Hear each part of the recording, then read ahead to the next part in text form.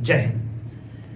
देखिए, Elon Musk साहब कह रहे हैं कि US can not afford, US नहीं अफोर्ड कर सकता है कि भारत को लूज करे, to lose India any more, वो नहीं कर सकता है।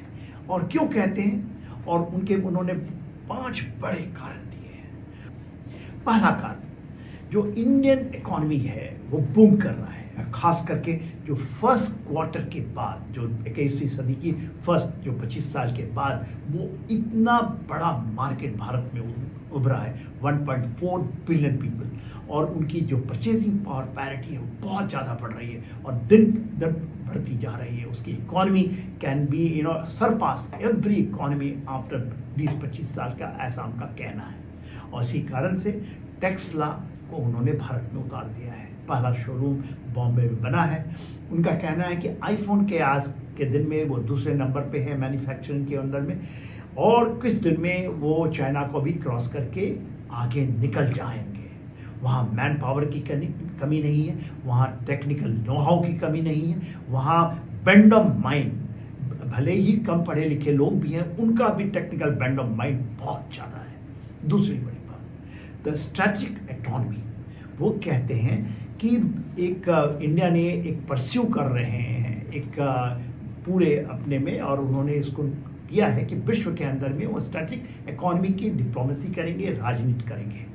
और यदि इंडिया को ज़्यादा बुली किया जाएगा तो वो अमेरिका के हाथों से निकल जाएगा, और उसके लिए पूरी दुनिया खुली पड़ी है। सभी उसके साथ अलायंसेस बनाना चाहते हैं, ग्रुपिंग करना चाहते हैं। तो ये बहुत इंपॉर्टेंट है टू अंडरस्टैंड द इंडिया का जो स्ट्रेटेजिक इकोनॉमी है, वो किसकी कॉन्सेप्ट को, और इंडिया क्या कर रहा है। तो you can't bully India any मोर।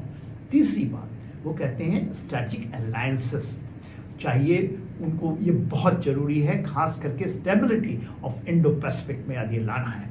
बिना इंडिया के, खास करके इंडियन ओशन रीजन के अंदर में, आप वो कुछ आप नहीं कर सकते। India is must for you, और ये इंडिया यदि निकलता है हाथों से तो ये आपके लिए एक बहुत बड़ा धक्का होगा। तो इंडिया को रखना अपने साथ जरूरी है।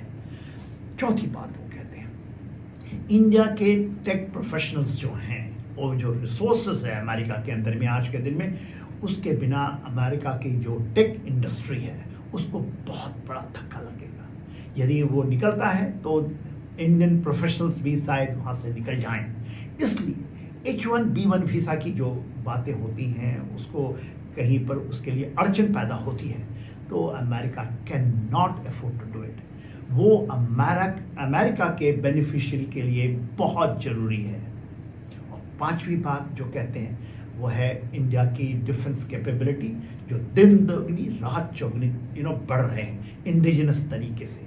और ये second quarter of 21st century के बाद उसने अपने को ऐसा विश्व के अंदर में इस्टेब्लिश किया है, क्योंकि उनकी कटिंग एज टेक्नोलॉजी, उनके cutting edge weapon system and equipment, और बहुत सस्ते दामों पे, और उनकी जो कॉन्सेप्ट है, जिस तरह से यदि आपके साथ जो रक्षा सौदा होता है या समझौता होती है या टेक्नोलॉजी ट्रांसफ़र होती है, आप अपने डिफेंस डिलीवरी को जरा भी आनाकानी करेंगे, जैसा आपने जेट इंजन में किया है कि तो उसको देर से दिया उसके पहले भारत ने, तो उसके पास बहुत सारी अल्टरनेटिव्स हैं, और ऐसा हो रहा है। वो जेट इंजन के लिए शायद फ्रांस के साथ जा रहा है, खुद की जेट इंजन वो तैयार कर रहा है।